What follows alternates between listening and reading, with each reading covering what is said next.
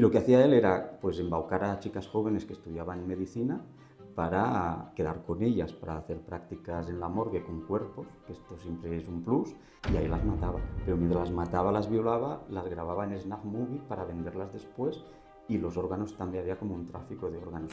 El objetivo es toda Europa en general. Sí que es verdad que si hay eventos, por ejemplo, las Olimpiadas, es capaz de acercarse a los jóvenes, crear un vínculo emotivo y luego dejar que mueran y no siente nada por ellos, ¿no? Tiene esta parte no emocional. Las Olimpiadas es un lugar donde sí que se están mirando mucho en poder hacer algo. Y Francia está trabajando duro en eso para evitarlo.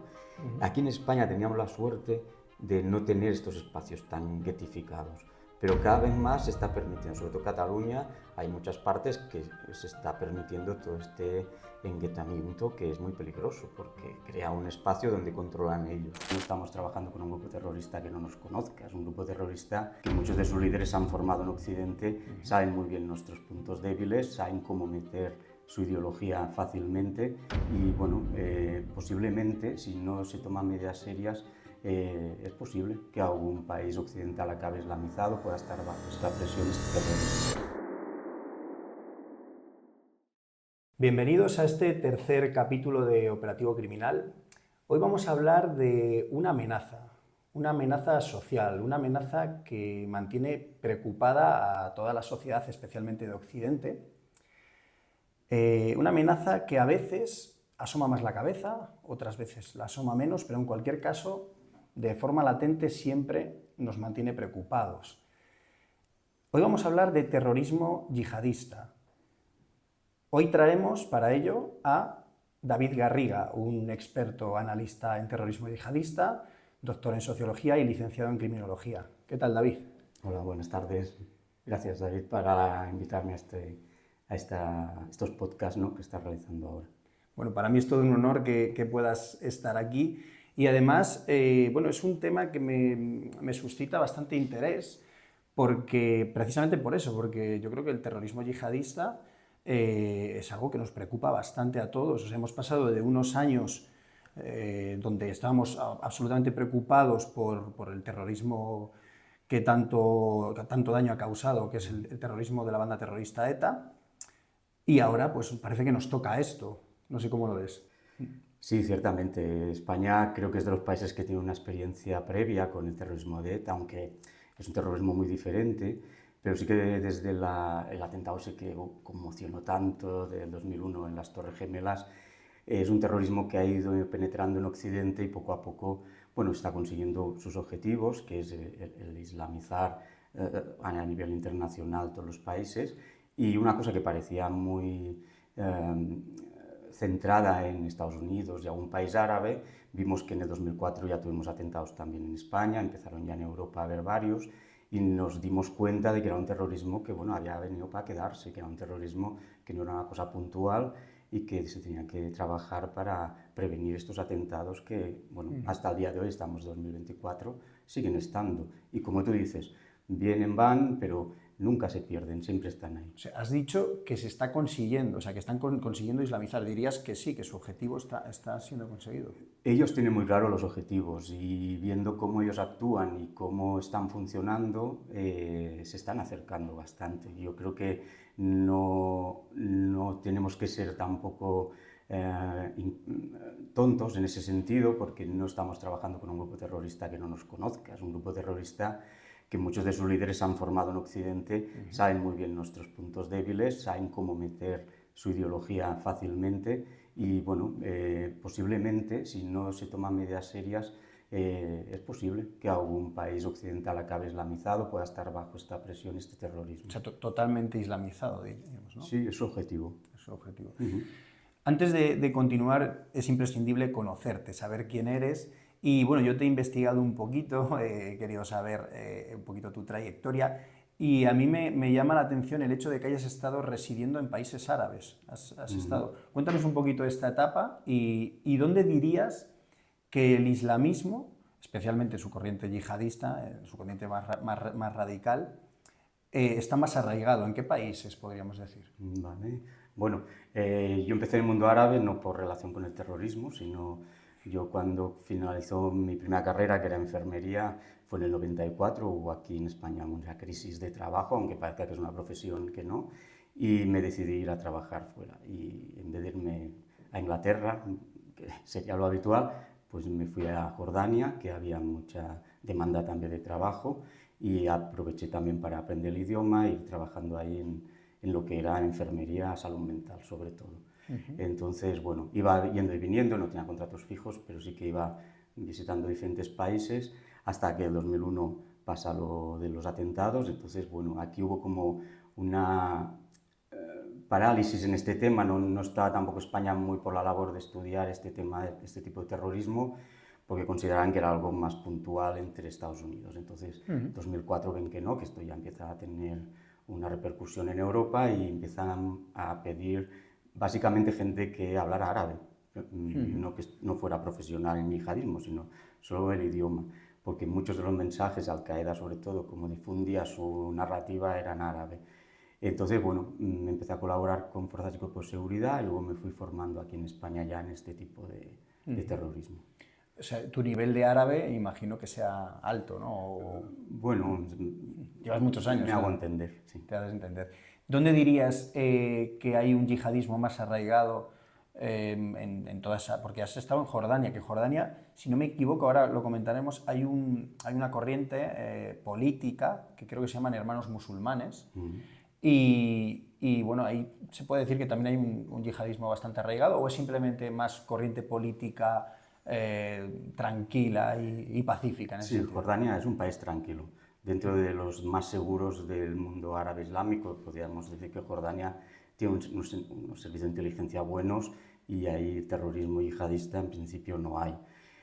Otro es ubicar este terrorismo yihadista, porque, bueno, como sabrás, es importante las definiciones y en este tema los terroristas han utilizado mucho nuestra ignorancia frente a estos temas para introducir este radicalismo yihadista en nuestra sociedad y hacerlo pasar muchas veces por el Islam que conocemos todos, el moderado que está en Occidente habitualmente, ¿no? Entonces, bueno, ahí es cuando sí que habría que definir qué estamos mirando, ¿no? Si estamos buscando yihadistas, si estamos buscando talibán. Por ejemplo, el talibán, muchos periodistas lo tachan de yihadista y no son yihadistas, por ejemplo, ¿no? Entonces hay que definir muy bien los conceptos y luego sí ubicarlo por países. Por ejemplo, en Afganistán está ISIS-K, que es una de las amenazas ahora más importantes para Europa, pero no se lleva bien con los talibán. O sea, para los talibán el ISIS-K es un grupo terrorista de ISIS que está afectando a nivel de terrorismo en Afganistán. Claro.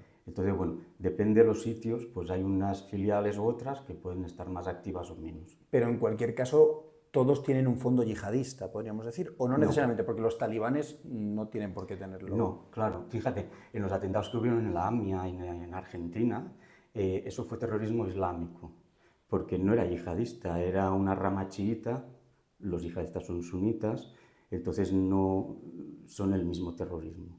Se le puede llamar terrorismo islamista, pero no son yihadistas. Entonces aquí a veces pasa eso, cuando van en los medios a hablar del tema, siempre todo es yihadismo o todo es terrorismo yihadista, pero depende de quién esté detrás, qué rama del Islam radical esté detrás, son yihadistas o no.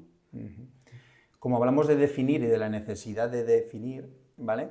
Creo que es imprescindible que nos expliques qué es el yihadismo, pero digamos, dicho por un profesional, no porque lo que muchas veces nos venden, que tildan a todo el mundo, como acabas de decir, de yihadistas, cuando a veces no lo son, ¿no? No tienen por qué serlo.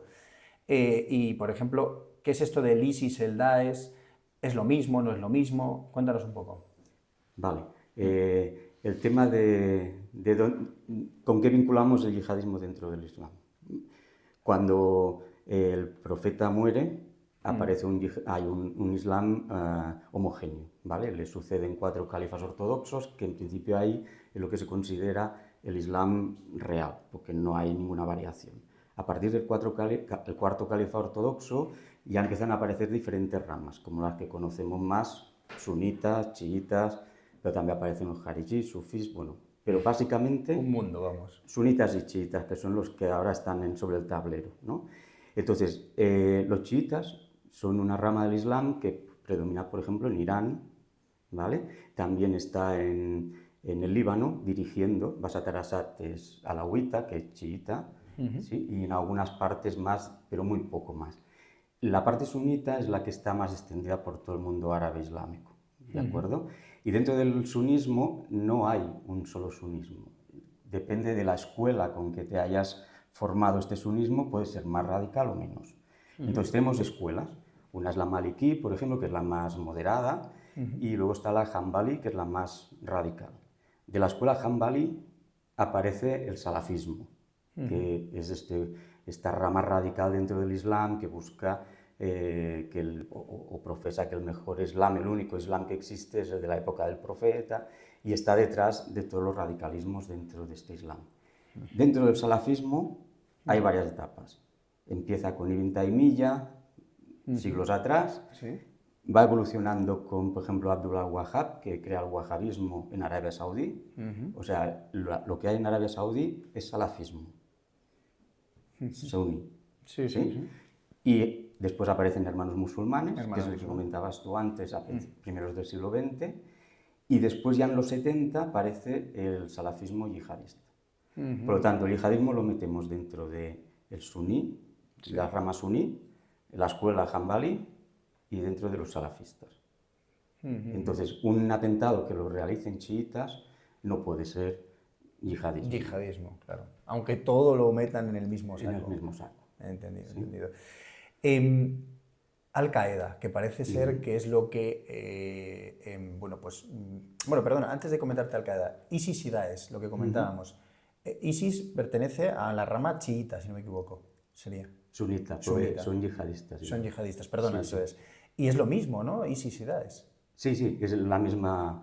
Llaman Daesh, ISIS, ISIL, lo que ellos quieren que les llamen Estado Islámico, todo será lo mismo. Todo lo mismo. Esto aparece en el 2014 de una filial de Al-Qaeda. O sea, no es un grupo que se crea del cero, sino que hay una filial en Al-Qaeda que se radicaliza mucho más. Más radical, ¿no? Más radical. Y Al-Qaeda propiamente es la que dice, bueno, sal de aquí, porque tú ya vas muy loco con esto, ¿no? Ya no sigues ni una doctrina clara, y que, bueno, que para que Al-Qaeda te diga que eres más radical, Que ellos... también da miedo, ¿no? Increíble. Entonces ellos se separan y crean esto, ISIS, Daesh, ISIL, pero todos son las sílabas, las iniciales del nombre. Daula al-Islamiyya al-Iraq al-Shams, que es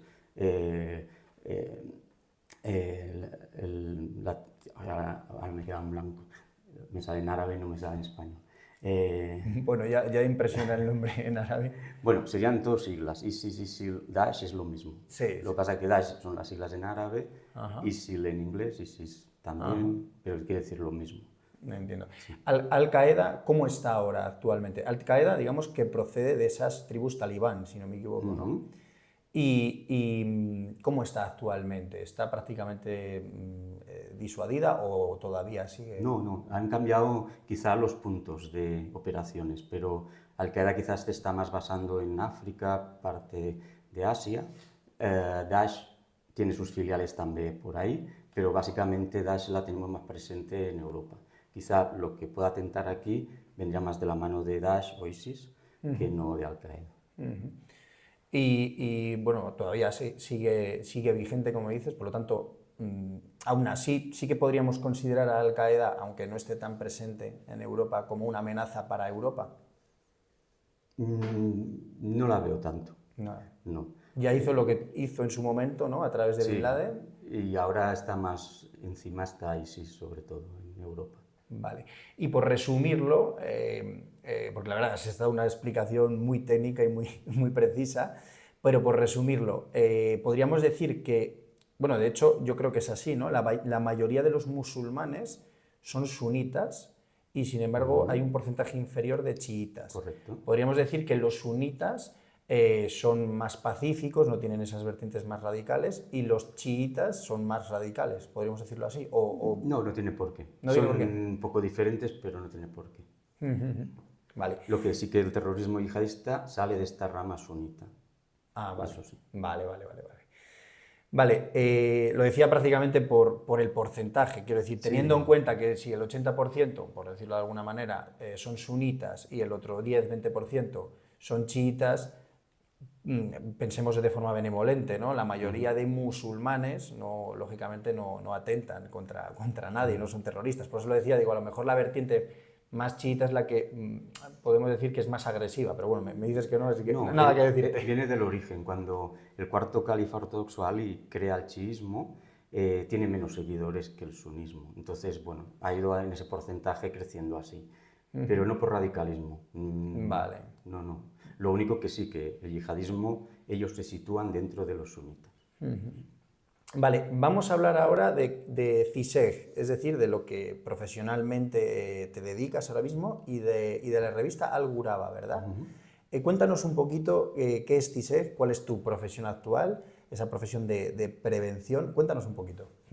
Bueno, CISEG aparece en el 2017, justo meses antes del atentado de Barcelona, y un poco venía a ocupar un espacio civil que no estaba creado hasta ese momento, que era bueno, la idea de crear una asociación que pudiera trabajar con estas personas que se empiezan a radicalizar desde el momento que se detectan para evitar que lleguen a ser radicales completos, ¿no? Hasta entonces, como sabes, aquí la policía en España sobre todo trabaja muy bien en temas de terrorismo y detecta muy bien las personas que pueden empezar a tontear con este discurso radical y empieza a seguirlas.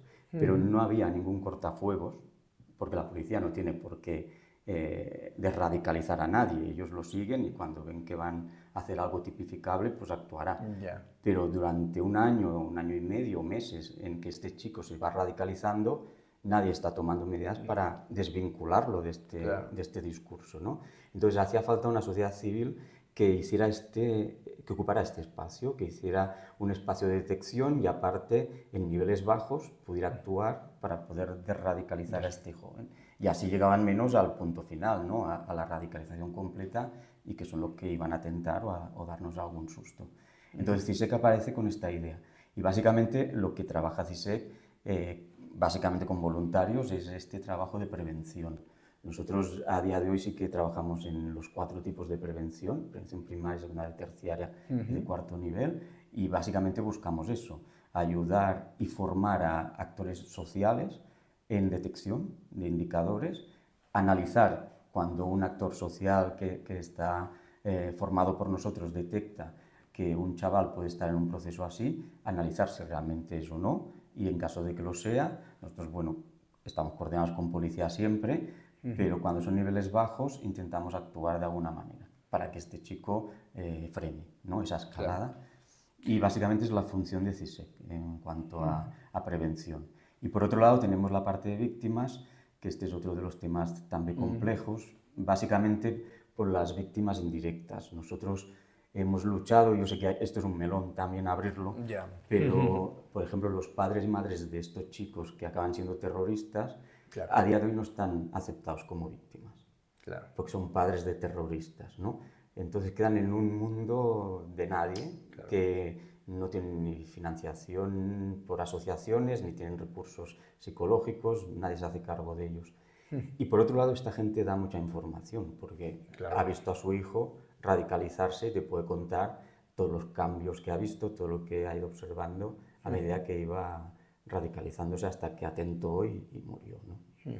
En la parte de colaboración, ¿colaboráis, por ejemplo, con el Centro Nacional de Inteligencia de algún modo, con el CNI, o a ese nivel no llegáis? Porque a lo mejor a un centro, si decir, a un servicio de inteligencia como este, le puede interesar perfectamente que una asociación civil aporte lo que aportáis vosotros y de algún modo pues integrarlo a lo mejor en su metodología o bueno, aprovecharse a lo mejor de vuestra posición. ¿No colaboráis en ese sentido? No, a día de hoy solo con información de diferentes cuerpos y fuerzas de seguridad.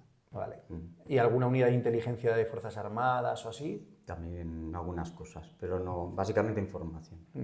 Con el tema de las víctimas, claro, yo entiendo lo que quieres decir, que a lo mejor no están consideradas a los padres, por ejemplo, los padres de un terrorista no está considerado como víctimas, pero es verdad que desde un punto de vista, voy a hablar de la moralidad desde las dos partes. Desde la persona que ha sufrido, como un familiar ha perdido a alguien en un atentado, y puede señalar a esos padres que no han tenido la capacidad educativa de detectar a tiempo a cómo ese hijo ha hecho lo que ha hecho. Por lo tanto, de algún modo puedo entender a ese padre de la víctima, pero también entiendo a esos padres. Quiero decir, bueno, pues hay veces que los padres no consiguen hacerlo lo mejor posible. Claro. Y tiene que ser muy difícil también, porque al final tú puedes educar dentro de tu casa y demás, pero controlar las compañías a lo mejor de tu hijo hasta el punto, o a lo mejor cuando vas a detectarlo ya es tarde, ya está, ya tiene esas distorsiones cognitivas muy avanzadas, ¿no? Claro, eso, vamos, tienes toda la razón, ¿eh? Yo creo que aquí, si Víctimas de Terrorismo hubiera de hacer un espacio para esta gente, no podría ser el mismo que tienen los familiares de víctimas directas, porque es lo que dices, es chocante, ¿no? Aunque ellos no tienen culpa, como dices, ¿no? Porque a veces ves el hijo que hace unos cambios, pero que son muy sutiles y los terroristas lo saben muy bien cómo hacerlo para que no se note. Fíjate, los de Ripoll estuvieron 2 años radicalizándolos y supuestamente nadie vio nada, ¿no? Eran tan sutiles los cambios que a posteriori dices, ostras, sí, como que se veía, ¿no? Pero mientras pasan no te das cuenta. Y estos padres justamente pasa eso, ellos muchas veces vieron un cambio a positivo, porque las primeras veces que está en contacto con el reclutador te hace cambiar unos hábitos que igual pasas incluso a ser más una persona. Si estás muy aislado empiezas a salir, a socializar, de que los padres esto pues aún lo ven bien, ¿no? Hasta que ya entras en un bucle que no. Y por otro lado es el hecho de cualquier padre o madre denunciar a la policía estas cosas es muy difícil. Esto lo hemos encontrado en CISEC. Muchas veces vienen las madres a decir, oye, veo esto, ¿podría ser esto o no? Y digo, bueno, ¿y por qué no va la policía? Digo, bueno, que lo van a tachar de terrorista, ¿no? Fíjate que si hay un espacio donde también puedan expresar estos padres dudas, sin el riesgo de que les tachen de terrorista a su hijo, también lo harán más y más fácilmente. Entiendo. Teniendo en cuenta que CISEG lucha o digamos ejerce acciones de prevención antiterrorista y demás, y tú, por ejemplo, como máximo exponente o presidente eres, ¿verdad? Sí, vale. Como máximo exponente de CISEG, yo te hago una pregunta muy directa. ¿En algún momento has sentido que tu vida haya podido peligrar? Porque hay que tener en cuenta que CISEG, tú en este caso, puede ser considerado un auténtico enemigo para estas personas que están buscando radicalizar. Sí, pero de momento, a ver, CISEC tenía que dar una cara. Era lógico poner una asociación civil y social y no poner caras sería bastante absurdo, ¿no? Entonces, bueno, me tocó a mí y yo lo asumo. Y realmente si han habido riesgos han sido muy, muy pequeños y siempre no han ido a más. En principio no. También viajo mucho a países árabes, no tienen ningún problema. Entonces, en principio, no debemos ser tan peligrosos para ellos, o al menos eso piensan, para meternos trabas. Vamos a pasar ahora de los países árabes, ¿no? Del origen de donde viene todo ese yihadismo y demás, a la amenaza que comentábamos el podcast al principio, la amenaza que se mantiene ahí latente. Vamos a hablar de Europa y de España. Vamos a ir de más a menos. Vamos a hablar de Europa. ¿Cómo ves, qué países actualmente de Europa tú dirías que se encuentran verdaderamente amenazados? Porque, de hecho, se me viene a la cabeza lo que hace poquito, creo que fue la Fundación Al-Zahim, también de corriente yihadista y demás, hizo una amenaza en los cuartos de final de la Champions de fútbol, creo que fue por el 8 o 9 de abril, que amenazaron los estadios de fútbol, el Bernabéu, el estadio del Emirates Stadium, del Arsenal, creo que fue, el PSG, el París y el Wanda Metropolitano. O sea, esos cuatro, creo que he dicho los cuatro, sí, estaban amenazados durante los cuartos de final. ¿Verdaderamente esa amenaza es real? ¿Verdaderamente estamos amenazados? ¿O cómo lo ves esto? Bueno, es un tema. Es un tema. Es un tema. Realmente mucha de la amenaza que hay en redes sociales no llegaría más si no fuera potenciado por los medios de comunicación, porque se mueve por unos canales muy concretos de ellos. Muchos de ellos son solo amenazas al aire, pero que sí que el hecho de publicarlas y de hacerlas llegar a mucha más gente puede activar a algún terrorista individual de estos inspirados que llaman, que no tienen formación ni Los están lobos solitarios, ¿no? Que se suelen decir. Les llaman así. Ah, vale. Pero hay varios tipos. Por ejemplo, los guiados son un poco los que se radicalizan a través de las redes sociales, pero tienen un reclutador online que les va guiando en el material, en la manera de radicalizar, y los acaban radicalizando para salir a atentar, ¿sí? Y luego están, por ejemplo, los inspirados. Estos solo con el material que se publica son capaces de un día salir y a nivel atentado low cost, ¿no? Un cuchillo, arrollar a alguien con el coche, bueno, cosas que a nivel de impacto de víctimas es poco, pero al ser tan imprevisibles, la policía muchas veces no los llega a detectar, porque son muy rápidos. Entonces, a nivel de este tipo de amenazas, les estamos haciendo un favor a los terroristas el hecho de que los medios lo publiquen, ¿no? Y sobre todo hay algunos medios que incluso vídeos los suben completos, y esto evidentemente, vamos, van contra nuestra y es a favor de ellos.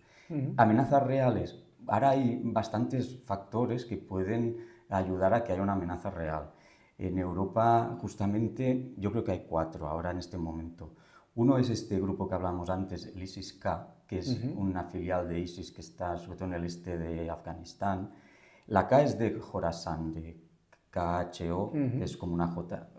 Y es un sector, es un espacio físico donde está esta filial, o donde está sobre todo actuando. Se ha visto que esta filial cada vez más está teniendo objetivos europeos. Por lo tanto, estamos trasladando una filial de ISIS muy fuerte, que estaba actuando antes en Afganistán y en estos países, que ya está viniendo en Europa.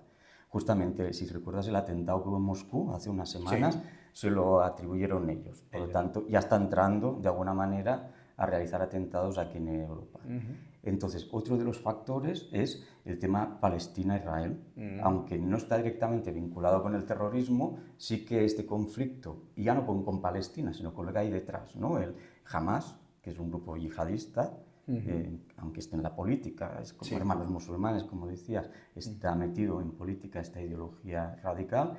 Esto inspira muchas veces a gente de aquí que por este odio pueda acabar también actuando de alguna manera como terrorista individual.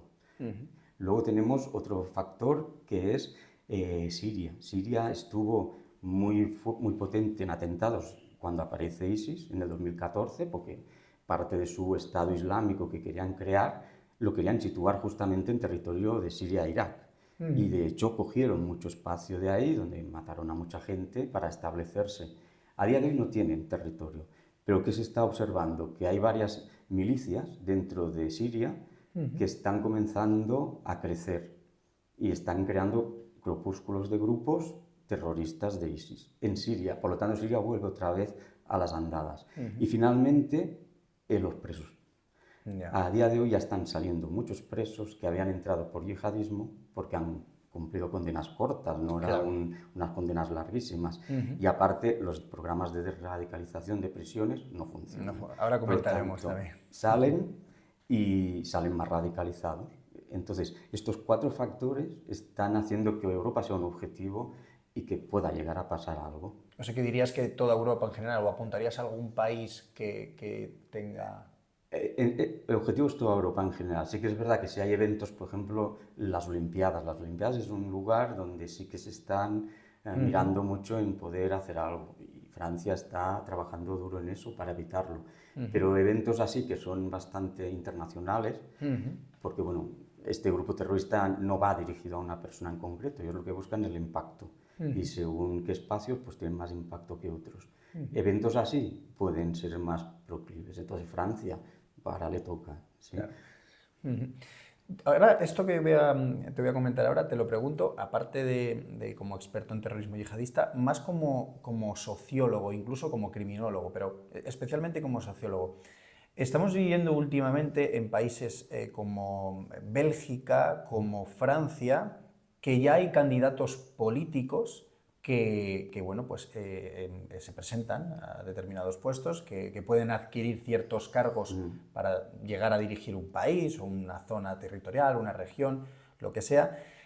Por lo tanto, digamos que desde un punto de vista ya más ejecutivo, más de dirección gubernamental, Europa se está islamizando, se podría llegar a islamizar, que es lo que comentábamos.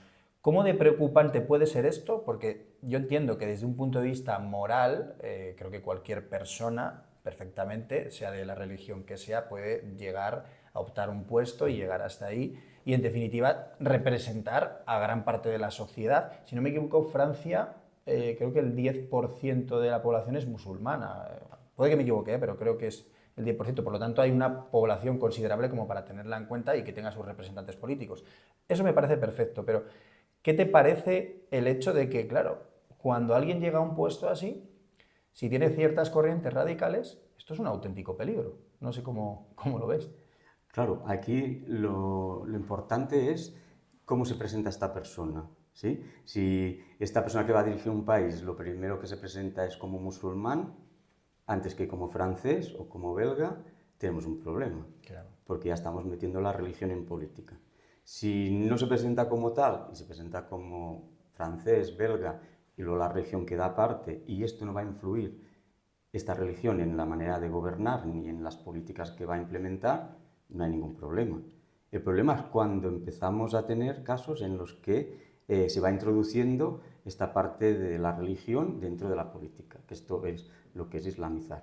A mí me hace mucha gracia porque cuando hablamos de términos, y este es uno, cuando la gente le preguntas qué es el islamismo, mucha gente lo confunde con cristianismo, judaísmo, dicen es una cosa, bueno, la religión. No, la religión es el islam. Claro. Cristianismo sí, cristianismo, la religión monoteísta, basada en Cristo, tal, ¿no? Pero no tiene repercusión, es la religión. Pero islamismo, que termina igual, da confusión aquí en Europa, porque lo que estamos pensando es que islamismo es igual que cristianismo, y no es así. Islamismo ya es una parte política y religiosa para meterla dentro de lo que es el gobierno, ¿no? Entonces, esto que es una confusión que podemos hacer todo el mundo. O sea, perdón, sería porque el Islam se supone que se dice que no es solo una religión, es un estilo de vida, ¿no? Claro, pero el Islam sería la religión. En cambio, en el cristianismo no es Cristo, es cristianismo, ¿no? Si dices, las tres religiones monoteístas, Islam, cristianismo, judaísmo. Lo que pasa es que esta terminacionismo da confusión cuando hablamos del Islam, porque el islamismo no es la religión. Es este concepto político y religioso. Ya. O sea, el homólogo en el cristianismo de islamismo sería clericalismo. Meter la política dentro de la religión, o sea, meter la religión dentro de la política. Y estas confusiones de terminología hacen que blanqueemos situaciones que son peligrosas. Hombre, en cualquier caso, Francia y Bélgica, por lo que te digo, yo creo que especialmente Francia se puede encontrar verdaderamente amenazada por este tipo de situaciones. Claro, esto depende a nivel político cómo se gestione y el que dirija si deja la religión en segundo plano o no. Pasamos de Europa y vamos a España, a nuestro país. Actualmente España está en el nivel 4 antiterrorista, que creo que es riesgo alto. El 5 es muy alto, que sería el máximo. Estamos al borde del máximo en el 4. ¿Verdaderamente crees que es necesario que estemos en consecuencia en ese nivel 4? Ahora sí, por esto que te comentaba. Empiezan a juntarse muchos factores que son de riesgo, estos 4 que hemos comentado, ¿no?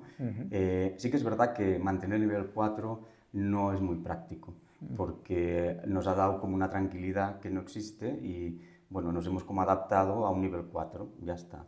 Y eso no tendría que ser. O sea, aquí yo creo que los políticos no han sido valientes y cuando no ha habido tan riesgo tenían que haberlo bajado. Porque así somos más conscientes cuando lo suben a 4 otra vez. Claro. Pero siempre estás a 4, creo que desde 2017 que estamos en el nivel 4, o sea, no se ha movido. Yo creo que desde lo de las Ramblas fue. 2017, exacto, sí. Entonces no tiene mucho sentido de cara a la sociedad, ¿no? Para que tengamos una repercusión. A día de hoy yo lo mantendría en este momento, por esto que hemos comentado. Entiendo. En España, lo comentaba en el capítulo anterior con Antonio Cela, que me dijo, yo le pregunté pues, sobre otros temas y me dijo que él no se quería olvidar de la situación preocupante que se vive en Ceuta, ¿no? En el barrio del Príncipe concretamente. Verdaderamente este barrio donde hay ciertas corrientes de radicalización y demás es tan preocupante. ¿Consideras que efectivamente el famoso barrio del Príncipe hay que prestar una atención especial sobre él? Bueno, todo lo que sea, y igual no entra en definición como tal, pero todo lo que sea cercano a un gueto hay que tener mucho cuidado. Primero porque son espacios donde es más fácil radicalizar, la policía puede tener mucha presencia pero no información porque ahí todo se puede tapar mucho más fácil, pueden tener sus propias leyes. Hay zonas en Inglaterra que son las llamadas no-go, que ahí solamente se manejan ellos. Es muy difícil que la policía pueda actuar de manera contundente porque se lo gestionan todos ellos. Aquí en España teníamos la suerte de no tener estos espacios tan guetificados, pero cada vez más se está permitiendo, sobre todo en Cataluña, hay muchas partes que se está permitiendo todo este enguetamiento que es muy peligroso porque crea un espacio donde controlan ellos.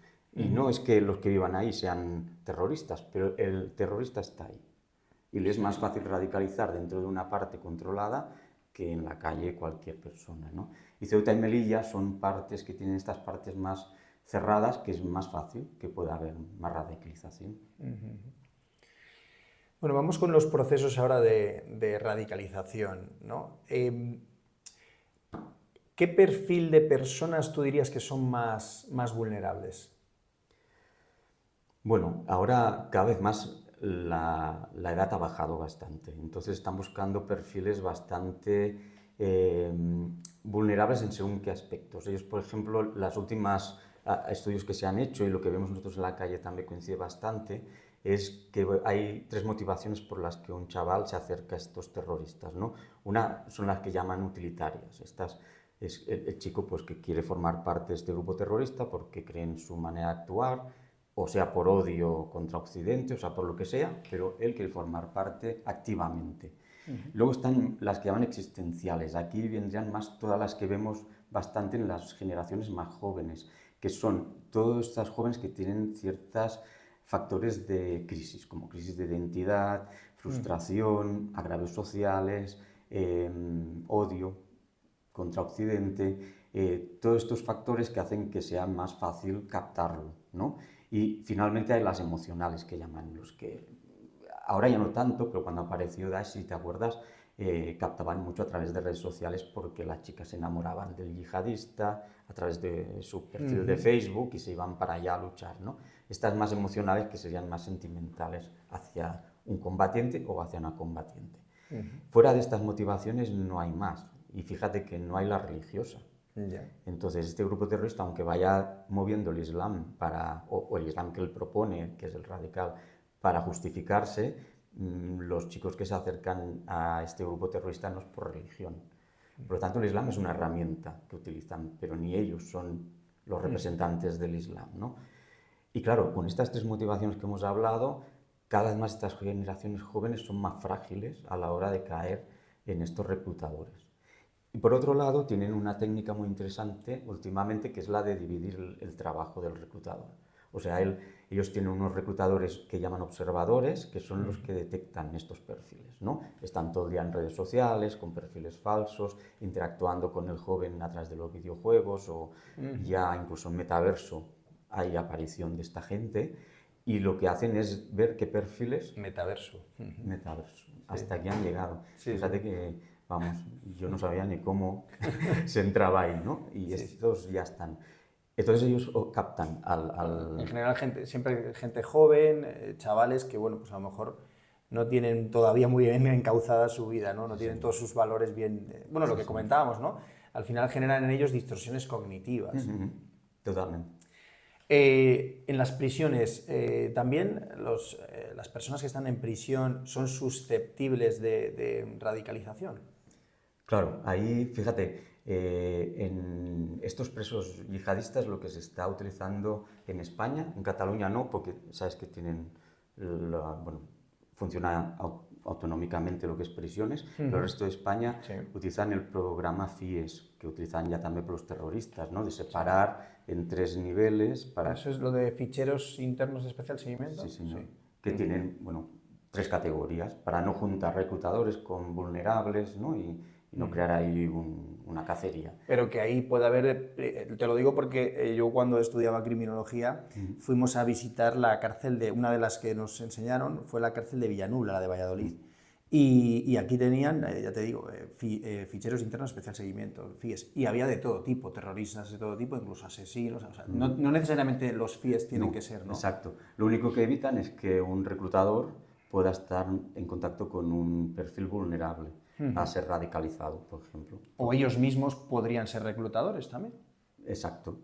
Sí, sí. O sea, que necesitan un especial seguimiento. Sí, Vaya. exacto. Y ya no solo los que ya entran por terrorismo yihadista, en estos dos perfiles, reclutador-reclutado, sino los propios presos que no tienen nada que ver con esto, al estar en una situación vulnerable, que es el hecho de estar en prisión, les hacen candidatos a ser captados por estos reclutadores, ¿no? Entonces la prisión es un sitio espectacular para radicalizar y captar, sobre todo. Y como comentabas antes que los procesos de desradicalización de estas personas en prisión no funcionan. No lo entiendo muy bien, ¿cómo no van a...? O sea, a ver, lógicamente no te desdigo ni mucho menos, pero no tiene mucho sentido cuando dentro de una prisión se supone que el control es mayor y las juntas de tratamiento de las prisiones deberían de controlar en definitiva mucho más esto. No tiene sentido. ¿Qué es lo que no funciona en una prisión, en definitiva? A nivel personal y a nivel comparándolo con países árabes, que por ejemplo Irak, luego te contaré, ahí funciona. Entonces, la diferencia que yo veo básicamente es que aquí se están utilizando programas de desradicalización que usan herramientas cognitivas psicológicas. Lo normal de un programa de radicalización que utilizarías tú para un grupo urbano violento o ETA, por ejemplo, o un grupo terrorista al uso. Pero en este caso no estamos hablando solo de eso. Aquí lo que tienes que hacer primero para poder desradicalizar a este chico o esta chica es desvincularlo de este proceso de fe, claro, porque él se siente el elegido. Aunque tú le cuentes milongas, complejo. ¿Cómo le vas a sacar de este estigma que le han dado, ¿no? Que él es el elegido? Entonces, por ese lado, si ya no desmontas primero esto, todo lo que hagas después a nivel psicológico cognitivo no funciona. Y aquí es donde cada vez más se está intentando meter en las juntas de tratamiento, en estos programas de desradicalización, la figura del imam, porque el imam es el que te va a desmontar esto. O sea, todo lo que el reclutador le ha dicho, que es el Islam y que no tiene nada que ver muchas veces porque es tergiversado, yo, por mucho que se lo cuente a este chaval, a mí no me va a hacer caso. Claro. Pero si viene un imam, un líder religioso, y le empieza a desmontar esto, claro, luego sí que ya puedes trabajar con una desradicalización psicológica y cognitiva. Claro. ¿Vale? En Irak, por ejemplo, nosotros colaboramos en uno de los centros penitenciarios donde tienen terroristas. Y ahí, en un año, los sacan ya a convivir con la ciudadanía porque los han desradicalizado. Pero ahí es más fácil porque ya tienen esta parte asumida. Claro. La religión la desmontan rápido. Luego todo lo otro es más fácil aún. Claro. Pero no acabamos de aprender de esto. No sé, como que da miedo meter a esta figura religiosa dentro de estos grupos de terapia, ¿no? De programas. Hombre, también es difícil quitar a alguien de su cabeza que a lo mejor pues lleva desde bien joven, porque a los más jóvenes a lo mejor, como tú dices, a través de un imán, pues se les consigue desradicalizar, pero pongamos a alguien que ya en una edad más avanzada, imagino que sea más difícil, y aparte que tiene ya una experiencia vital. Me estoy acordando, o sea, que no solamente es el apartado de la fe, de la creencia, de que cuando muera como mártir voy a ir a... Claro, no, esto sería para abrir. Si no desmontas esto, ya no abrirás seguro. Claro. Pero primero tienes que hacer este clic. Más luego, lo que te comentaba es la experiencia vital. Hay una película muy buena que lo refleja y muy recomendable que se llama Paradise Now. No sé si no la conoces. No la conozco. Muy buena. Son dos jóvenes palestinos que bueno, pues la película trata de... Son dos jóvenes palestinos que durante toda la trayectoria de la película se va viendo cómo, digamos, van preparando un atentado en Tel Aviv, en Israel. Bueno, no cuento la película porque la recomiendo totalmente. A las personas que estén interesadas en este tipo de temáticas la recomiendo. Y ahí se ve perfectamente cómo, aparte de estas personas de tener su fe y demás, vienen de haber padecido pues, los ataques de Israel en su momento. Eso es lo que yo comentaba de la experiencia vital. Claro, si tú a lo largo de tu vida, lo digo por empatizar, a ver, lógicamente no estoy ni a favor ni en contra de unos y de otros. Cualquier atentado me parece grosero y digno de reproche, ¿no? por ser finos. Pero en cualquier caso, considero como criminólogo, como sociólogo, no les podemos tratar como nosotros, como profesionales, hablo, no les podemos tratar como locos, como les trata la prensa muchas veces. Está claro. O sea, son personas que no tienen trastornos mentales, no tienen enfermedades mentales, son personas que saben perfectamente lo que hacen. Por lo tanto, hay que, como profesionales, insisto, empatizar, entender por qué hacen eso. A lo mejor es que esos palestinos, que insisto, no estoy defendiendo el acto en sí del atentado, pero a lo mejor esos palestinos llevan desde jóvenes sufriendo los atentados de Israel, ¿vale? O en el bando contrario, Israel hace poquito ha sufrido el atentado en el festival, más luego todo lo que está pasando, ¿no? Que ahora comentaremos. Pero quiero decir que nosotros como profesionales debemos de entender esto desde un punto de vista más profundo, que no son locos, básicamente, son personas... No, estoy contigo, ¿eh? Aquí el problema es, si estamos hablando de un terrorista en un país árabe islámico que hay conflicto y que realmente ha visto morir su familia, ha visto morir gente, que esto sí que lo han papado y lo podemos justificar o no, pero tienen su... Bueno, es así, ¿no? Otro a lo que tenemos aquí. Los que radicalizan aquí no han visto morir a nadie.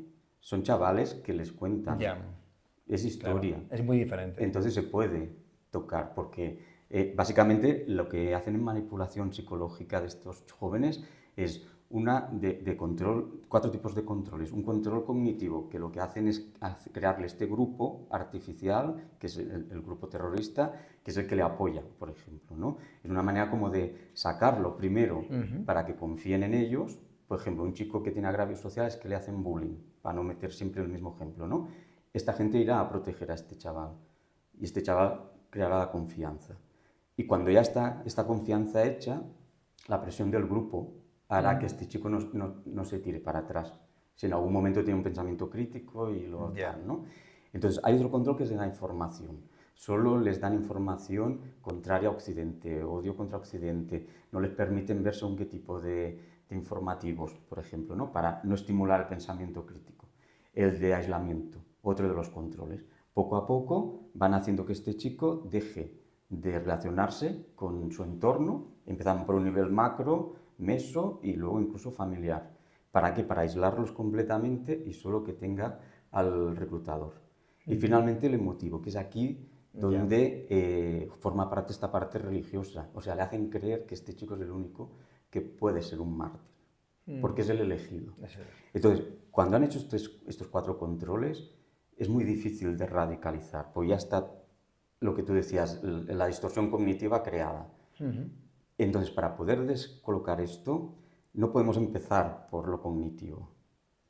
Hay que desmontar lo religioso primero. Pero con gente de aquí, porque esta gente no lo ha vivido, le han contado el conflicto. Pero Palestina sí, claro, si te han matado a tu familia los israelíes, pues tendrás un odio real contra eso, ¿no? Y es muy difícil de poder explicarle lo contrario. Sí, lógicamente ahí se mueven ya no solamente por la fe, como decíamos, por otra cosa. ¿Hay experiencia positiva en la reinserción de terroristas yihadistas en Europa? Porque a lo mejor en Irán, como has dicho, Irán, en Irán sí. Irak, sí. En Irak sí. En Irak sí, pero en España, en Europa, ¿hay experiencias positivas? No, las pocas que han habido, y desde CISEC trabajamos con algunos de ellos, han sido voluntariamente y propias, no a través de ningún programa. El programa, si recuerdas, el programa que apareció al inicio era el inglés que se llamaba Preven, que supuestamente también radicalizaba, y cuando empezaron a salir los terroristas empezaron a cuchillar, o sea, no tuvo ninguna repercusión. Otro de los problemas es que es voluntario. Claro, si tú te han hecho creer que eres el elegido, ¿cómo vas a apuntarte a un programa voluntariamente para que te quiten eso, ¿no? Es muy complicado que esto funcione. Y aquí en Europa, los pocos que hemos visto han sido ellos propios, los terroristas. Cuando han estado en prisión, muchas veces por el aislamiento, por lo que sea, han empezado a desarrollar un pensamiento crítico, han empezado a informarse, han visto que todo lo que les habían contado era mentira, y ellos mismos han hecho este proceso, con ayuda luego, supongo, psicológica, pero el clic primero lo han hecho ellos. Fíjate, ahí se ve un poquito la diferencia entre, por ejemplo, terroristas, por ejemplo, de la banda terrorista ETA, que tenían, digamos, esa creencia ideológica, ¿no? Y aquí es una creencia religiosa. O sea, es mucho más complejo la creencia Claro. religiosa, porque en los casos de terroristas, pues algunos han pedido perdón, han llegado a hablar con víctimas, etc. Aquí no, aquí es esto, lo que sería hasta una radicalización de un grupo urbano violento o incluso, sí, un grupo terrorista de aquí, hasta aquí también, pero el grupo terrorista yihadista va un paso más, que es la fe. Entonces, primero hay que desmontar esto. Luego trabajemos con lo que tenemos, ¿no? Con los otros grupos, como con los otros grupos. Pero si no desmontamos la fe primero, no va bien. Vamos con la parte previa, la prevención de la radicalización, que es profundamente importante para que luego no tengamos que reinsertarles, ¿no? Tras cometer los atentados o que pertenezcan a esas células. Prevención. Cuéntanos algunos tips básicos que se puedan contar, lógicamente, de vuestra metodología. Vale, mira, nosotros básicamente los temas de prevención, como te comentaba antes, los hacemos desde los 4 puntos. Y básicamente el que funciona más a día de hoy es prevención primaria y secundaria. Nosotros en prevención primaria, una de las herramientas es la revista, que sale online gratuita cada mes.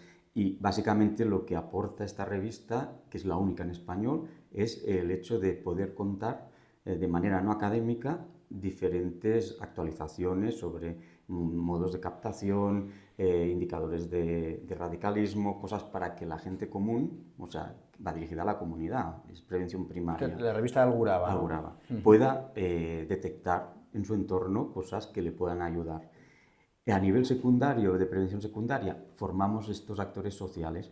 En Cataluña, por ejemplo, esto lo empezó a hacer Mossos de Escuadra, que hizo unos protocolos que se llaman Proderap, que lo que hacían era formar a profesores, porque era un colectivo que está muy en contacto con los perfiles vulnerables que buscan estos terroristas, en detección de indicadores. También formó a funcionarios de prisiones, que también era el colectivo clave, ¿no? en prisiones, para empezar a detectar indicadores, y policía local, que era una de las policías que justamente yo creo que es la que tenía que estar más formada y es la que menos estaba, ¿no? Porque la policía local conoce el barrio, conoce la gente, ve rápidamente si hay un cambio, tiene que tener una formación en detección. Entonces ellos se centraron en estos 3 colectivos. Nosotros hemos abarcado otros que también consideramos importantes, como por ejemplo las enfermeras. La enfermería es una profesión que está en contacto con la sociedad continuamente, en todas las etapas de la vida y en todos los aspectos saludables, desde domicilios a hospitalización, a la muerte, y está continuamente absorbiendo información. Y el hecho de que cuando alguien le cuenta algo pueda activar ese sentido de, ostras, esto me suena, que me lo han contado, que pueda estar vinculado con esto, pues dan mucha información en poder ayudar en estas fases iniciales, sobre todo. Entonces, esta prevención secundaria es la que mejor está funcionando a día de hoy. Vale, antes de continuar vamos a abrir un pequeño inciso porque quiero mostrar, aparte de tu último libro, bueno, aquí sí, coautores. Es coautor. Sí, con Ilham Masuri. Este es tu último libro, pero antes de recordar uno que sacaste en 2015, ¿puede ser? Sí, Yihad, ¿qué es? Yihad, que es imprescindible para las personas que quieran interesarse por este mundo. Cuéntanos de qué va Yihad, ¿qué es? Mira, Yihad salió un poco de contranarrativa necesaria. Cuando Daesh empieza a aparecer en el 2014, vimos que había como una invasión, sobre todo de conceptos islámicos que ellos utilizaban como suyos. Y frente a la ignorancia mucha de Europa sobre el tema del Islam, porque tampoco tenemos tanto conocimiento, porque aquí no suelen haber tantos, era necesario quizá aclarar conceptos, ¿no? Y ayudar a que no caigamos en estos errores que ellos quieren que hagamos, ¿no? Entonces, el libro es muy básico. El libro básicamente lo que explica es eso, conceptos claros, cómo aparece este grupo terrorista, qué defienden realmente, cuáles son las vías de financiación. Una cosa que en el 2015 era impensable de escribir, porque luego sí que ya hubieron muchos libros, pero un año después de que apareciera Daesh era muy difícil que se pudiera escribir un libro en este tema. A día de hoy sigue todo lo que se ha escrito en este libro vigente, por lo tanto, bueno, fue un libro que que tuvo una buena repercusión y además lo que se ofrecía, evidentemente ahora lo encuentras en Google, pero en ese momento no era tan claro, ¿no?, que se pudiera dar, y encima dabas cosas reales, que eran verdad, porque en este tema también, según donde te entras a buscar información, pues puedes caer en alguna que sea más radical y que te dé una información más tergiversada o más pro terrorismo, ¿no? Y este otro, el último, ¿no?, que has sacado con Iyán Mayure, ¿verdad? Sí. No sé si lo he pronunciado bien. Sí, sí, perfecto. Iyán Mayure. David Garriba, Iyán Mayure, víctimas de la yihad negra de Daesh, contranarrativa para luchar por la convivencia y la paz. Este es el último de David, que por cierto me lo ha traído, te lo agradezco un montón, necesito que me lo firmes, luego lo firmamos, ¿vale? Y cuéntanos un poquito de qué va este. Pues esto es un proyecto que salió hace ya 3 años, fue post-COVID. Nosotros cuando viajamos a Irak o a la parte kurda de Irak y Siria, intentamos visitar los campos de refugiados que habían ahí. Si te acuerdas, cuando empieza Daesh a empezar a conquistar Siria e Irak y a partir del 2014 empieza a meterse en esas zonas, Mosul sobre todo cae bajo este grupo terrorista. Años después, hasta el 2017, intentan hacer estas cosas, pero en 2017 se quedan sin espacio. La coalición acaba con ellos, a menos geográficamente. Entonces, esta gente que estaba bajo este poder de estos terroristas, ya sea como presos o como parte, los tienen que ubicar en algún lado, ¿no? Entonces, lo que hacen es, bueno, crear 2 campos de refugiados, uno en el Kurdistán iraquí, que van a parar las víctimas, y otro en el Kurdistán sirio, que van a parar los terroristas, mujeres de terroristas, que bueno, este es otro melón, porque sabes que han venido 3 españolas de ahí y nos las hemos tenido que comer, pero bueno, pero lo separan así. Entonces nosotros trabajamos mucho en el campo de víctimas y ahí está lleno de chavales jóvenes que han perdido a sus padres, han visto justamente cómo les disparaban delante de ellos, cómo han acabado con todas sus pertenencias, vida, recuerdos, bueno, una barbaridad. Y aquí hay 16 casos, pero podemos haber traído 2000, porque realmente cada uno tiene una parte muy emotiva. Pero lo que queríamos es sacar las experiencias de esta gente, porque esta gente lo que ha hecho es, ha tenido un proceso de resiliencia sin ningún tipo de profesional detrás. O sea, ellos han sido capaces de olvidar esta estigmatización de víctima y quedarse ahí depresivo, y han empezado a estudiar, han empezado a formarse y ahora están ayudando a otras víctimas que hay en el campo, ¿no? Y por eso queríamos sacarlo de ahí, queríamos que se supiera que esta gente existe, que esta gente ha hecho un trabajo importantísimo con ellos y que normalmente no sale. Y realmente yo creo que ellos son los primeros valientes, porque en el libro hay las fotos de todos de ellos, y cuando les comentamos el tema de que era un riesgo poner sus fotos y sus nombres reales de cara a que Daesh podía tomar repercusión, fue lo primero que dijeron, que si no habían las fotos no se publicaban, ¿no? Ellos son gente muy centrada, aunque sean muy jóvenes, pero y las historias son terribles, son terribles. Entonces, bueno, era un poco extraer de ese campo estas experiencias para que conozcamos también desde aquí lo que ha sufrido esta gente, ¿no?, que son víctimas directas de estos terroristas. Pues ya sabéis, muy recomendable, ¿vale? Que compréis este libro, que os intereséis por este libro, especialmente desde la posición de las víctimas, que muchas veces pues, son las grandes olvidadas, ¿no? David, me gustaría decir que es sin ánimo de lucro, porque el dinero va a ellas, o sea, nosotros no nos quedamos nada, todo lo que se recauda va a estos chavales. O sea, que bueno. Pues bien, ¿no? Una buena aclaración, ¿no? Una buena aclaración. Vale, vamos a continuar, vamos a pasar de víctimas al victimario, a las personas que generan el atentado, ¿no? ¿Cómo ha evolucionado la figura del terrorista, diríamos, desde la época que hemos estado todos en el estado de alarma, ¿no?, época de pandemia, ahora? ¿Cómo ha evolucionado el terrorista? Bueno, ha habido evolución y realmente este terrorismo evoluciona, se modifica, por eso es tan complicado muchas veces hacer unos programas preventivos eficaces, porque tienes que estar pendiente continuamente sus cambios, ¿no?, por dónde van. Al-Qaeda, previo a la pandemia, Al-Qaeda hacia una radicalización muy seria, doctrinal. De hecho, los atentados de Al-Qaeda han sido exitosos, los que han llegado a buen puerto, porque estaban bien formados y bien adiestrados. Aparece Daesh, que es como más ¿Desorganizado? Desorganizado, no se preocupa tanto, pero sí que lanza una radicalización online mucho más potente. El acceso de Daesh a las diferentes perfiles vulnerables es más en redes sociales casi que offline como hacía Al-Qaeda. Pero también es una radicalización que no acaba de tener un peso fuerte, ¿no? Por ejemplo, les cuesta más improvisar si el objetivo que están buscando, hablando esto de terrorismo organizado, no terroristas individuales, si el objetivo que están buscando no está accesible, Al-Qaeda era capaz de improvisar otros escenarios. Daesh no, suele bloquearse, se rompe, ¿de acuerdo? O sea, no hay una radicalización tan seria y tan buena como hacía Al-Qaeda. Y dentro de Daesh encontramos varios tipos de estos terroristas. Hay los organizados, que serían los que sí que tienen una radicación buena porque han pasado meses que están haciendo toda la manipulación y el proceso, y cuando actúan suelen tener éxito y el impacto en víctimas es alto, porque están adoctrinados y adiestrados en armamento largo, en armas largas, explosivos y tal. Esto podría ser el ejemplo de la célula Ripoll, ¿no? Estos fueron adiestrados y adoctrinados fuertemente y por suerte les explosionó la bomba y tuvieron que actuar rápidamente e improvisadamente. Pero si hubieran actuado sin ningún problema, hubiera sido un atentado de gran impacto.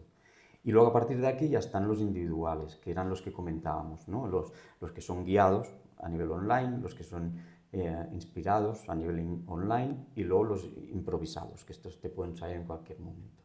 Por lo tanto, Daesh tiene un abanico bastante grande de tipos de terroristas y, bueno, los primeros, los organizados, sí que es verdad que la policía los suele detener porque llevan más tiempo de preparación y preparativos y la policía los puede llegar a detener fácilmente porque algún descuido habrá. Los otros son más complicados porque te puedes autoadoctrinar tú mismo en casa y salir. Pero se ve que hay una evolución, porque lógicamente el autoadoctrinamiento no existía antes, ¿no? Exacto. A partir de la pandemia se ha incrementado mucho este tipo de... Y creo que, bueno, España desde el 2017 creo que ya está tipificado el autoadoctrinamiento, ¿no? Un poco para frenar esto, por si acaso. Sí, digamos que yo creo que desde el atentado de las Ramblas hubo muchos cambios en este sentido. Hablando de terroristas, lógicamente se me viene a la cabeza el que a todo el mundo por excelencia se le viene, que es Bin Laden. Pregunta curiosa. ¿Qué te parece todo esto de la muerte de Bin Laden? ¿Tú te has llegado a creer que fue como lo contaron los estadounidenses, que simplemente ha sido un falso mensaje para dar tranquilidad y realmente no está muerto? Hombre, yo desde mi punto de vista creo que todo fue así, tal cual nos contaron. No sé qué opinas tú. Políticamente hay que ser correcto y creer que está muerto. Como criminólogo ya sabes que si no hay cadáver siempre queda la duda. Entonces, bueno, tanto Bin Laden se deshicieron del cadáver como de Abu Bakr al-Baghdadi, el de Daesh también el cadáver desapareció. Entonces, bueno, esto siempre te puede plantear esa duda de qué pasa aquí, ¿no? Pero bueno, si tenemos que hacer caso a las fuentes, pues, teóricamente están los dos muertos. Vale. Bueno, vamos con cosas impactantes, con atentados impactantes. Lógicamente hay muchos atentados, ¿vale? Pero por centrarnos y comentar algunos de ellos, el atentado por excelencia, donde digamos que comenzó todo, ¿no? El 11S. Lo mismo, te pregunto, bueno, te voy a preguntar primero, ¿se pudo prevenir el 11S en el 2001? ¿Fue el 2001? Sí. 2001. ¿Se pudo prevenir? Todo supongo se puede prevenir, pero o sea, Al-Qaeda ya había atentado otras veces contra Estados Unidos y había fallado, ¿no? Se había evitado que pasara. Yo creo que sí que hay un error en fiarse de que este grupo terrorista no podía llegar a hacer lo que hizo y sí que hubo un error. De hecho, antes de que pasara este atentado, los que formaban parte de los servicios de inteligencia en Estados Unidos eran todos autóctonos americanos y a partir de aquí se vio la importancia de incorporar gente de otras etnias y religiones para ayudar a los servicios de inteligencia justamente, ¿no? Porque podía venir el atentado de cualquier otro lado. Entonces yo creo que ellos mismos también son conscientes de que aquí falló algo. También Europa no nos quedamos atrás. Yo creo que cuando pasó eso, Europa tampoco fue consciente de que esto pasaría aquí. y nos relajamos en el 2001 y hasta que el 2004 tuvimos el primer Ahora susto, comentaremos ¿no? también. Entonces, bueno, yo creo que ahora sí, ahora yo creo que hace años ya que todo el mundo es consciente que este terrorismo está entre nosotros. Y te hago la misma pregunta, igual que te comentaba lo de Bin Laden, sobre estas teorías conspiranoicas del 11S y demás. Ha habido dos teorías que lógicamente son conspiranoicas, nadie, cada uno es libre de creérselas o no. Una, por un lado, si fue un delito un atentado de falsa bandera, como ya en su momento se supone que los americanos hicieron con el Maine en Cuba. Y también si de algún modo han podido pues aumentar el número de víctimas, que a lo mejor no murieron tantas víctimas, y hay otras teorías que dicen que realmente murieron más de las que dicen. Entonces, son teorías todo conspiranoicas, que los datos no son reales, etcétera. En cualquier caso, claro, con motivaciones diferentes. A lo mejor si reducimos el número de víctimas es para demostrar que no nos han hecho tanto daño. Si las aumentamos, es a lo mejor buscar la excusa perfecta para infligir más daño. ¿Qué opinión te merece esto sobre todas estas teorías conspiranoicas como profesional? Como profesional... Lo mismo que antes. Lo mismo que antes. Sí que es verdad que los grupos terroristas se pueden utilizar como herramienta interesada en desestabilizar países, en tener excusas para entrar en según qué sitios, y no deja de ser una herramienta que puede interesar a muchos países de tener, ¿no? Pero claro, si tenemos que ir a lo oficial, pues realmente nos quedamos con la parte oficial. Nos quedamos con lo que nos dicen, ¿no? Vamos con España. Bueno, con España y con Londres. Estamos hablando de que en el 2001 no se consigue prevenir esto, lo que ocurrió con las Torres Gemelas. Sin embargo, en España y en Londres, 2004 en España, el 11M, el 7J, el 7 de julio, 2005 en Londres. ¿Se pudieron prevenir ambos atentados? Estamos en lo mismo. Mira, yo creo que nos confiamos y si ahora rascas bastante, yo cuando empecé en el 2001 empezaba a ver ya material y manuales que explicaban cuál era lo que iba a abarcar este terrorismo. O sea, ya ahí no te explicaban que solo iba a ser un atentado a Estados Unidos y se iba a acabar aquí, sino que explicaba muy bien su objetivo, ¿no? Que era islamizar a todo el mundo, las fases que solían haber, y justo en el 2004 aparecen varios manuales muy interesantes en este aspecto. Uno era el de Mustafa Sedmarian, que era un ideólogo tremendo que se dio por desaparecido hace muchos años y todo el mundo estaba muy nervioso porque a ver por dónde aparecería, porque este estuvo detrás de, como ideólogo, detrás de muchos atentados de estos famosos y finalmente se ha dado por muerto. Parece que no se encontraba porque estaba muerto. Pero luego estaba Abu Bakr Naji, que también hizo un manual muy parecido, y ahí explicaba muy bien las fases. Y en las fases que explicaban, estos manuales, que por cierto han estado online desde hace tiempo y suerte que lo han sacado de las redes, pero bueno, es otra cosa que tenemos que aprender a bloquear estos materiales, ¿no? Pero estos manuales explicaban muy bien cómo ellos lo que buscaban era, después del atentado del 11S, hacer impacto en el continente blando, que era para ellos Europa. Y ahí ya explica cómo tienen que crear esta dicotomía entre el musulmán moderado, que lo harán radicalizar, y los demás, y cómo es una vía de entrada en Europa para poder islamizar tranquilamente. Entonces, siguiendo sus manuales que están, tendría que ser más fácil poder parar esto, y todo y así nos cuesta mucho. Lógicamente a toro pasado pues es más fácil. Es más fácil de hablar, ¿no? Incluso, pero sí que es verdad que por lo menos por lo que dices las herramientas estaban ahí. Ellos las tienen. Ellos las tienen. Y nosotros las tenemos, teóricamente. Por lo tanto, si esto ocurre en 2004-2005, el atentado de las Ramblas es 2017. Exacto. Vale, en 2017 habrá más herramientas. ¿Se pudo prevenir el de 2017? Se puede haber prevenido. Ese sí. Lo dices con más contundencia. Sí, porque los cambios que habían estos chicos se tenían que haber detectado. Y aquí hubo fallos.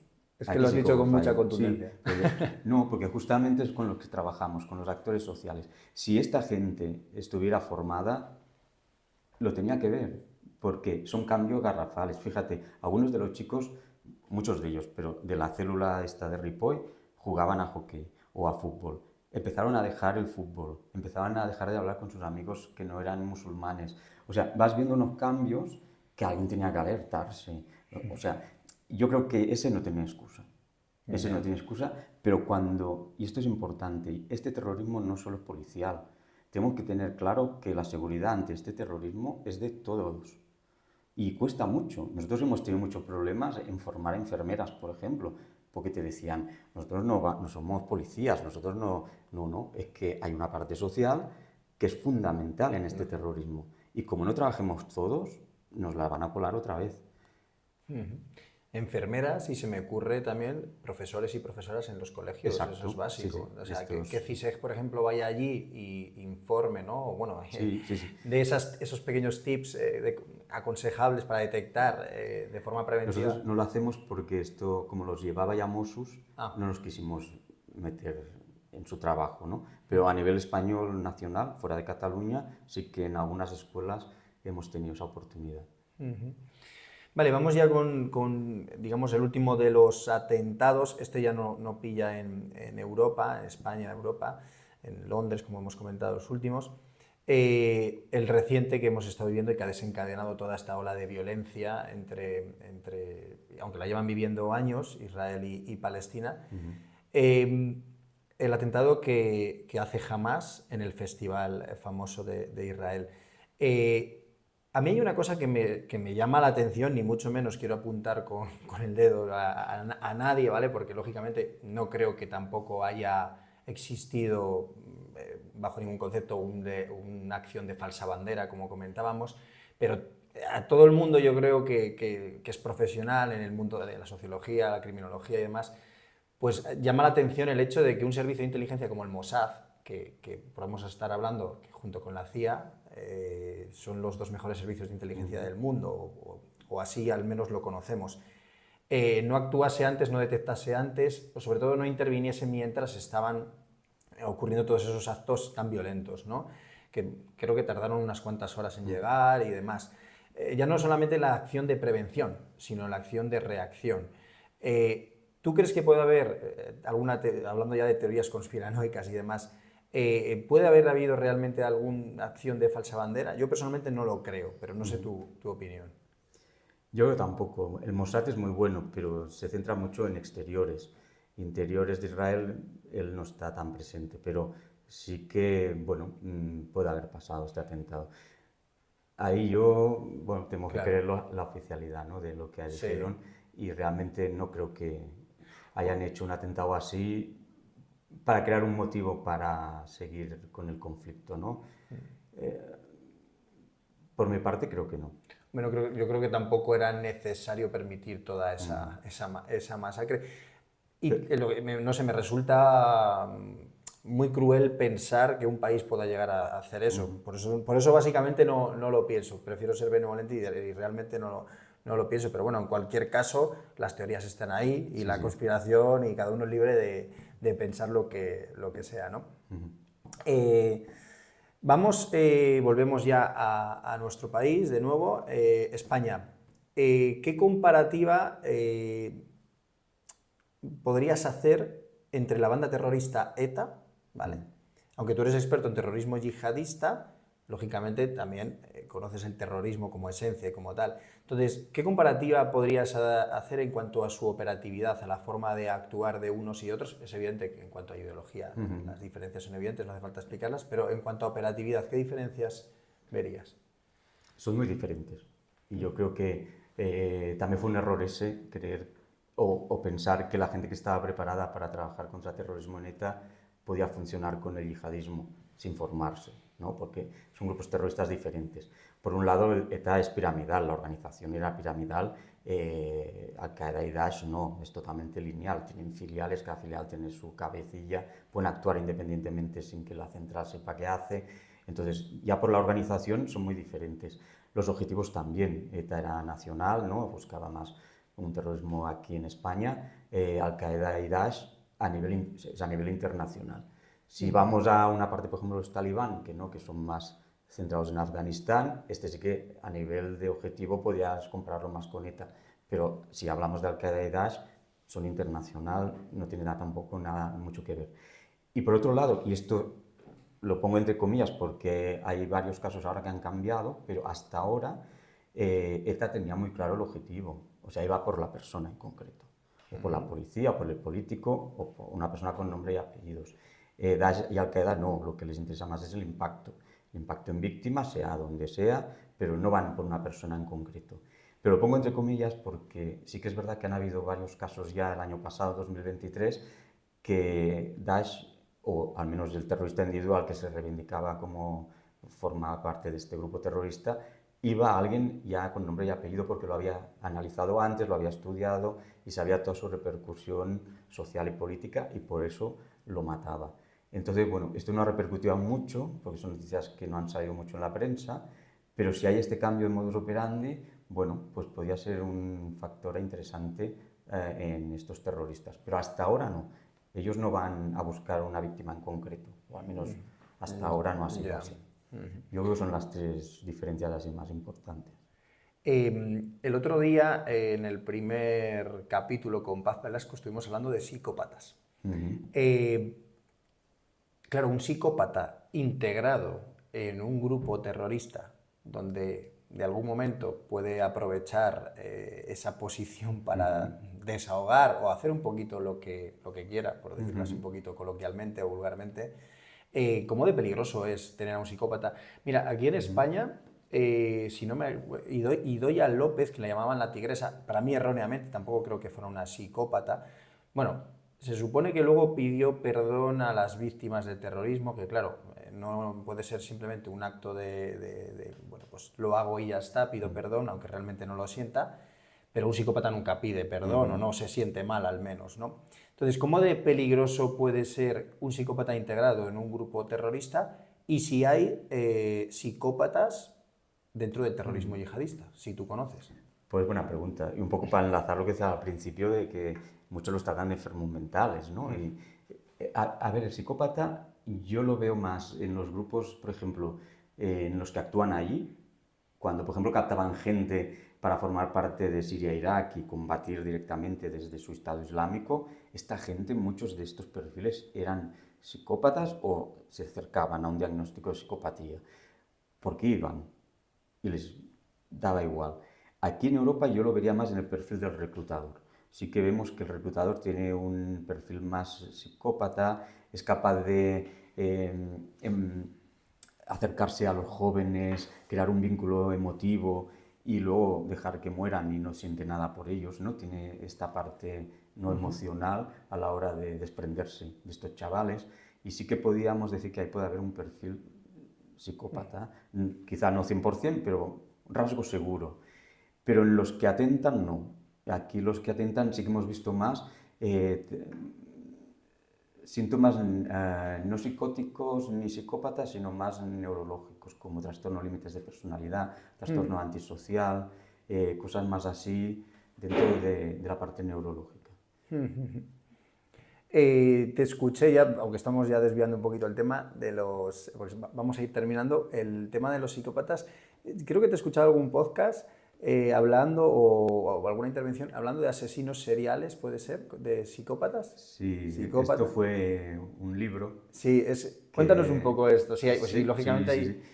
Bueno, fíjate, es de las cosas que se escriben y no tienen repercusión y aún no sé por qué, ¿no? Porque Sí. cuando estuve en los países árabes, pues, como ya me venía la vena criminológica, me empecé a interesar por los asesinos en serie ahí, porque no había, o sea, no trascendían, no había series, estamos hablando principios del 2000.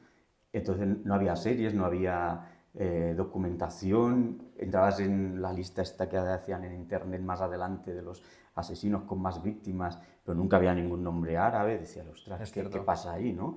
Entonces empecé a investigar y, claro, muchos de estos países por el nombre asesino en serie no lo relacionan como tal. O sea, si tú decías, aquí tenéis asesino en serie en árabe, ellos el concepto asesino en serie no lo tenían claro. Cuando tú decías, sí, hombre, tiene que tener alguien que ha matado a más de 3 personas o 2, Claro. y yo, sí, coño, este.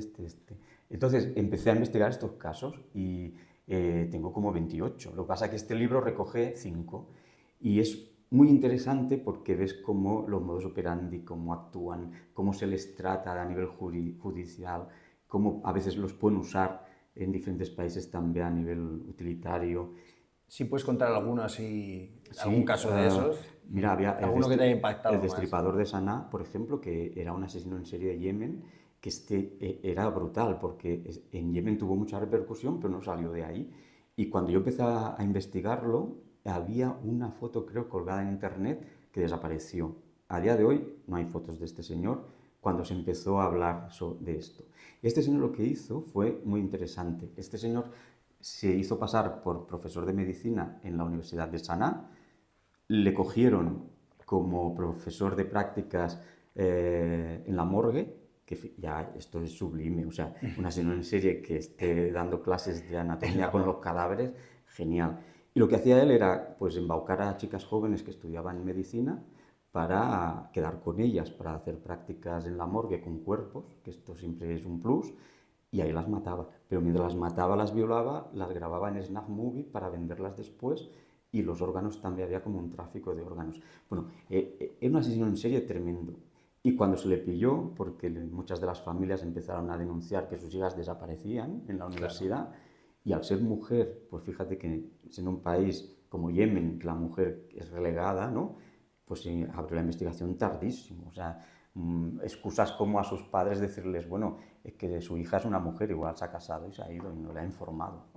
Bueno, a estos puntos, ¿no? Claro. Pero cuando unas familias lo hacen, ponen la denuncia seriamente, lo cazan, le encuentran todas las pruebas en la morgue, que además tenía hasta partes de manos ahí puestas, bueno, una barbaridad. Y teóricamente lo ejecutan, porque ahí la pena de muerte es, bueno, la ley del talión, pues muerte. Curiosamente, cuando lo ejecutan, el día de la fecha de la ejecución, ahí en Yemen es por fusilamiento, ¿no? Entonces, no llaman a las familias implicadas, que esto es ley, o sea, tienen que llamar a las familias implicadas para ver la ejecución, no les llaman y además lo asesinan con una capucha. O sea, ahí no murió el asesino en serie, yo estoy convencido. Sí, pero bueno, es todo... Eso es teoría conspiranoica, ¿no? Sí, pero hay pruebas. Hay pruebas. Sí, pero lo dejo para el libro. Que no quiera leer, vale. Interesante. Pero bueno, cosas así. Pero matan igual que aquí, igual más atrozmente a algunos. Sí, a lo mejor, digamos, como tienen menos control social, menos políticas criminales que les controlen y demás, tienen mayor libertad de ambulatoria para hacer todo algunos esto. países sí. Otros no, otros los pillan, pero pasan como... Bueno, aún no se ha potenciado mucho, ¿no? Los serial killers de ahí. Entonces, bueno, ahí dejo mis 28 casos que ya no seguiré, pero bueno. Vale, bueno, pues muy interesante. ¿Cómo se llama el libro? Las legiones de Satán. Las legiones de Satán, también recomendable. El que se quiera interesar por el mundo de los asesinos seriales dentro del mundo árabe, también interesante. Bueno, vamos a ir terminando y voy a contar el caso real que nos ocupa. Un caso, claro, para mí ha sido muy difícil que como detective integrar un caso real que yo haya podido vivir a lo largo de mi trayectoria profesional como detective en la agencia en algo que esté relacionado con el terrorismo. Si bien es cierto que, bueno, estaba pensando en contar un caso que sufrimos una contravigilancia y tal, pero bueno, es que ese caso no lo puedo contar por una cuestión de práctica y profesional y no se puede contar. Pero voy a contar, más que una historia real, es una anécdota, porque como tal, insisto, yo no he tenido un caso en el que, como detectives, no sé si a vosotros, mira, aprovecho para preguntarlo, no sé si a vosotros dentro de CISEG alguna vez algún detective os ha informado de, oye, a lo largo de una investigación hemos detectado a alguien que, oye, pues tenga ciertas actitudes yihadistas. ¿Lo habéis notado algo de esto o nunca? No, y me parece triste porque vosotros tenéis mucha posibilidad de seguimiento que con la formación adecuada yo creo que sacaréis mucha más información que según qué. Y realmente los que están haciendo estos seguimientos online y seguimientos presenciales no son detectives y creo que tenéis más herramientas vosotros que cualquier otro en ese sentido. Pues pero sí. Hasta el día de hoy no. No se ha llegado a nada. No. Bueno, pues yo voy a contar, insisto, yo no he hecho ninguna investigación relacionada con, aparte de que porque básicamente esto estaría fuera de nuestras competencias como detective, en el momento en el que detectásemos algo tendríamos que comunicarlo a las fuerzas y cuerpos de seguridad para que ellos ya actúen en consecuencia. Pero voy a contar una anécdota que viví y que padecí gracias al nivel 4 antiterrorista que tenemos, ¿vale? Pues básicamente yo estaba haciendo un servicio en el centro, esto fue ya hace unos años, yo estaba haciendo un servicio en el centro de Valladolid, un tema de absentismo laboral. Básicamente una empresa nos había contratado para controlar a un trabajador que durante su jornada laboral de 8 horas entraba y salía de su puesto de trabajo como le daba la gana, ¿no? O sea, este hombre me acuerdo que desayunaba 2 y 3 veces, básicamente. Salía 2 veces a desayunar y una a tomar su vermú. Esto lo hacía siempre, pues de 8 horas de servicio, de su servicio de trabajo, pues realizaba unas 4 o 5, siempre se comía 2 o 3. Claro, este hombre era oficinista, trabajaba en una zona centro de la localidad de Valladolid y digamos que la entrada a las oficinas estaba en un pasaje y digamos que ese pasaje tenía como 2 extremos. Por lo tanto, para el operativo yo estaba en un extremo y otro compañero estaba en otro extremo. Y así pues estuvimos trabajando 2 o 3 días, controlándolo y todo, bueno, pues el trabajo iba muy bien.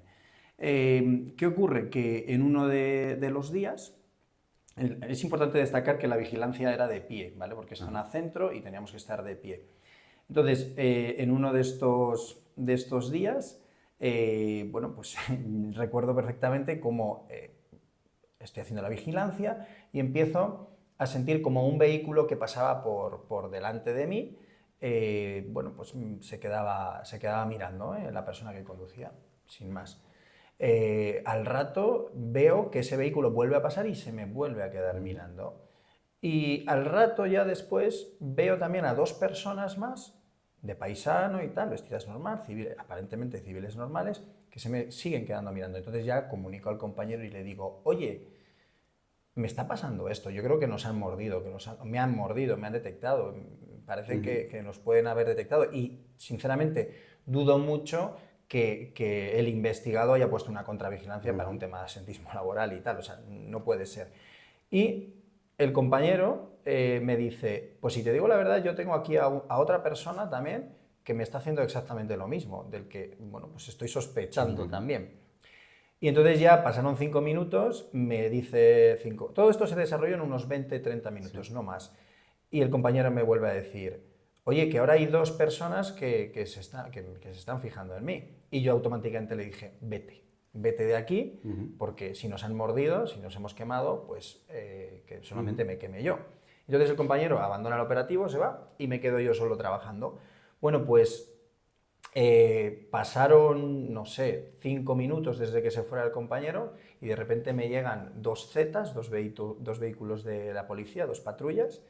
Se acercan las 2 personas que estaban mirándome, que estaban de paisano, que eran policías todos, uno con la mano en pistola y dese la vuelta. Es verdad que un poco de muy malas maneras, pero bueno, también luego lo entendí, ¿no?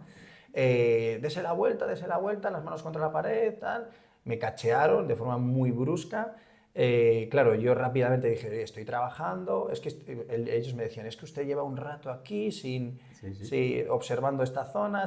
Digo, a ver, yo estoy trabajando, por favor, les dije, ustedes están trabajando, pero yo también. Apártenme unos metros fuera y así, bueno, pues no llamamos tanto la atención. Imagínate en el centro de Valladolid, todo el mundo pues mirando, ¿vale? Conclusión, que luego ya me identifiqué, me preguntaban insistentemente si tenía licencia de armas, yo diciendo que no tengo licencia de armas, que no porto nada.